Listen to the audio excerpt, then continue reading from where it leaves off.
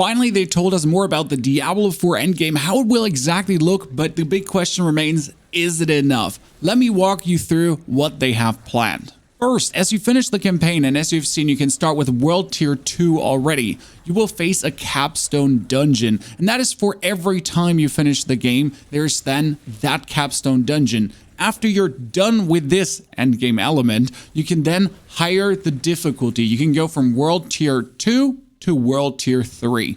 And World Tier 3 actually becomes very interesting because now you can do nightmare dungeons and you can start finding nightmare sigils.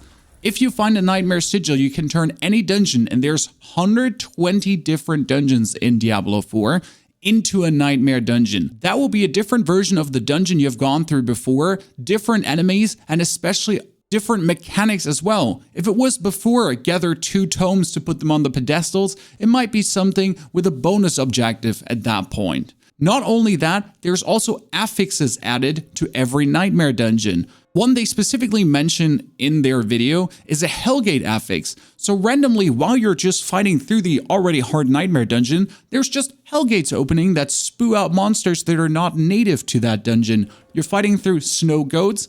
Well, there's also demons now. But World Tier 3 Nightmare does not only bring the new Nightmare dungeons, there's also Helltide zones appearing. And these are demonic infestation zones across Sanctuary. So one of the parts of the map where you've been before suddenly has a demonic infestation. And here you have to kill the monsters, get shards, and these shards can be used to open caches around the Helltide zone for amazing loot. Now, before we throw an eye on more endgame content, there's also the Paragon system, which is actually the endgame content on top bonus, how you individualize and specialize your character. From level 50 on, every level will get you 4 Paragon points, and these Paragon points have standard nodes, so just for strength, intelligence, willpower, dexterity to boost the stats damage of your character. But there's also magic, rare, and legendary nodes that give you resistances, then, for example, grants 10 bonus fury per kill, but it requires 175 strength and willpower to get also 8% increased maximum fury. So in order to actually unlock that node, or get the most out of that node, you will have before to already gone through the right adaptation of Paragon skills to reach that. And there's legendary nodes where you have to work your way through to actually reach them, like Warbringer. While your fury is above 50%, you deal 30% more damage. As another example, for example, the cheap shot, you deal 5% increased damage for each nearby enemy that is crowd control up to 25%, which obviously brings, with the Paragon system, then a certain way to play your character respective to the nodes that you're getting and individualize your playstyle. On top, we not only have the nodes to go through, we also have sockets. And in the sockets, you're going to put the glyphs. The glyphs you find throughout Sanctuary. And they're used to connect nodes with each other to reach further points. For example, Magic Empower Radius Small grants 30% bonus to all nodes within range. So you socket that in the right way and increase the usefulness of all the nodes around. Or the Conqueror Radius Large, for every 10 willpower purchase within range, you deal 31.5% increase overpower damage.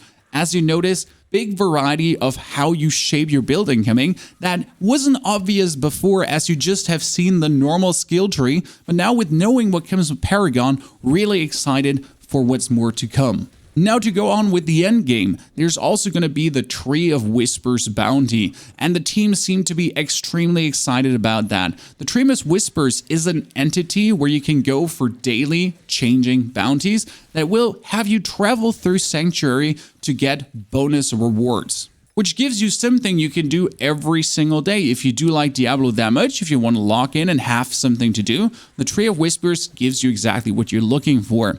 Followed up by the Fields of Hatred, which is an intriguing PvP conflict area. In the Fields of Hatred, there's monsters and players, so it's not, to be precise, the Fields of Hatred are a PvPvE area because there's also monsters around, and the monsters that you kill give you shards. These shards need to be purified, and there will be places throughout the Fields of Hatred where you can purify these shards, and you want them purified because they can be redeemed for skins and gear. But here comes the caveat. As soon as you start purifying, that will be visible and audible to the people on the Fields of Hatred. drawing their attention and ire. Therefore, kind of can treat the Fields of Hatred as a extraction looter, because you gotta go in, get the shards, purify them, not die, and get them out of here.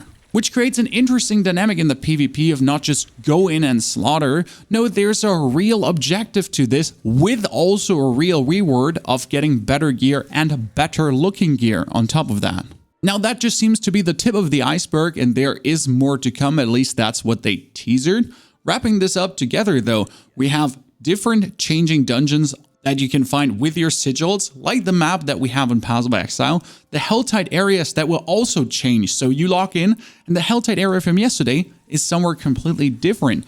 Plus the Tree of Whispers giving you varying bounties, and let's hope they're also varying and actually have you travel through the whole of Sanctuary. Hold up by the Fields of Hatred if you're interested in PvP, but even if you're not interested in PvP, there seems to be a lot to do, especially going through the whole Paragon system with everything that you can find to really go for individual different builds on your character. Is it enough to keep you interested for a month and month and month to come? I would say yes. So far, this seems to be. Is this going to be enough to keep you interested coming back on the daily and have you playing this game for a month, even after max leveling 1, 2, or 3 different characters? So far, it seems intriguing enough, especially it's good enough also for content creators.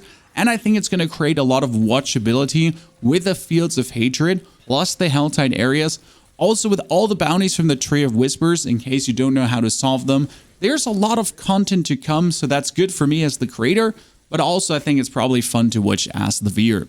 Tell me, what do you think about the endgame? How are you liking this so far? And if you want to check out the Necromancer build that we whipped up in the beta, because Necromancer seems absolutely overpowered right now already, give it an eye. We're going to make more of these.